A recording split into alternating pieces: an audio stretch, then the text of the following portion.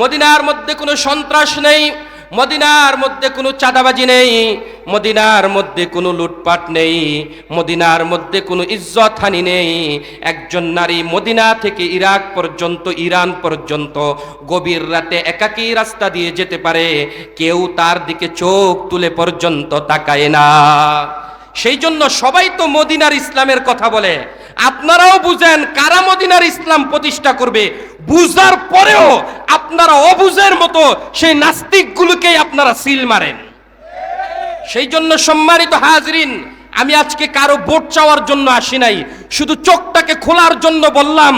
আপনারা একটু বিবেককে খোলেন, এখনো যদি সময়কে কাজে না লাগান, স্বাধীনতার 54 বছরে যেমন কাজে লাগাতে পারেন নাই, স্বাধীনতার পর একটা সুযোগ ছিল, আপনারা ইসলাম প্রতিষ্ঠা করতে পারেন নাই।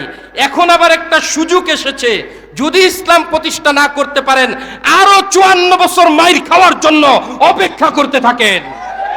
দিন যত ভয়াবহ হবে, মায়ের তত কঠিন থেকে কঠিন হবে, ঠিক কিনা বলেন? জালেমরা বিভিন্ন রূপ নিয়ে আসবে, বিভিন্ন জুলুমের স্টিম রুলার নিয়ে আপনার সামনে উপস্থিত হবে।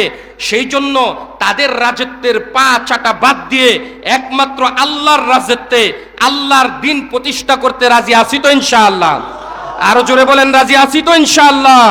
আল্লাহ বলেন, আল্লাহ এই দেশের জন্য একজন সুশাসক আপনি নির্বাচিত করেন, যিনি পার্লামেন্টে যেমন ভাষণ দিতে পারবে, জুমার খুতবায় তেমন যেন খুতবা প্রদান করতে পারে, এই ব্যক্তি যেন জানাজা পড়াতে পারে, এই ব্যক্তি যেন নামাজের ইমামতি করাতে পারে, এই ব্যক্তি যেন প্রত্যেকটা মানুষকে জান্নাতের পথ দেখাতে পারে। আমিন।